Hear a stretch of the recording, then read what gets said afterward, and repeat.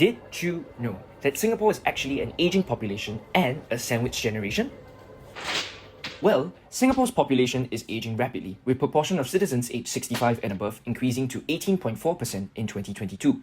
In 2050, it is forecasted that the percentage of the population of Singapore above the age of 65 will be making up a third of the population.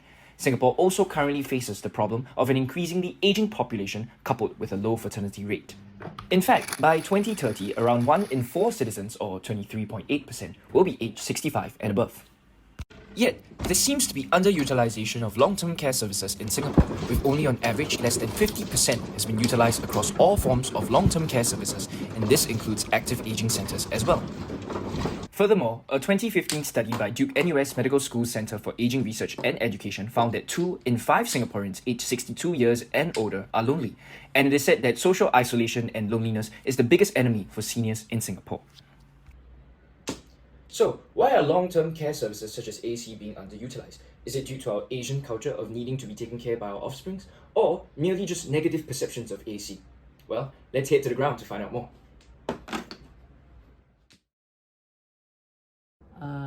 刘叶妍77，有，但是我不喜欢去。我不大喜欢跟陌生人交谈。当时看了有伴就去，没有伴就没有去咯。我现在喜欢跟我的孙在一起，我的孙全部是我一手带大的，我的子孙很多，连现在还有一个曾孙，4岁了，我就逗着他玩，连还有最后还有一个曾孙又要来了，所以我只有跟孙子在一起，没有时间去外面。我叫一个川今年68岁，好像有听过但是我不是很了解。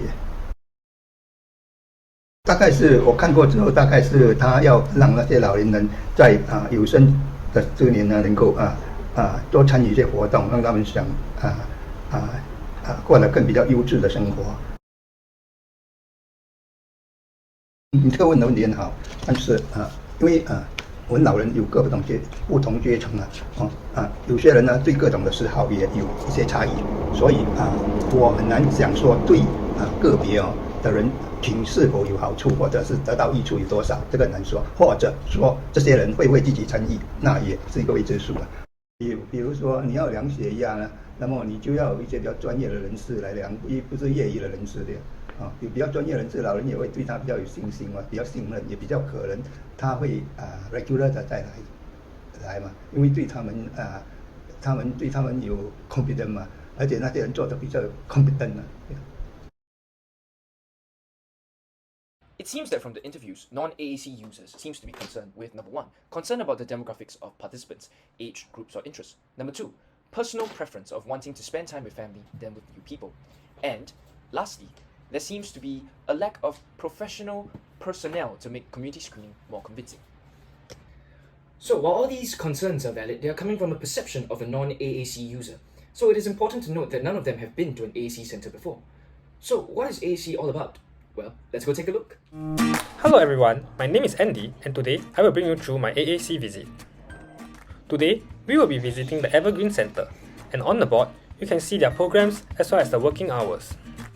As you can see, there are many seniors here today and they are all excited to be here. For example, here is Madam Tan, actively participating in a Q&A session with her friends, bet there are amazing prizes to be won. In fact, most of the seniors here do not know each other before. It is through these activities they get to make friends and find their own support group. I mean, just look at their amazing artwork. There's probably a Picasso in there somewhere.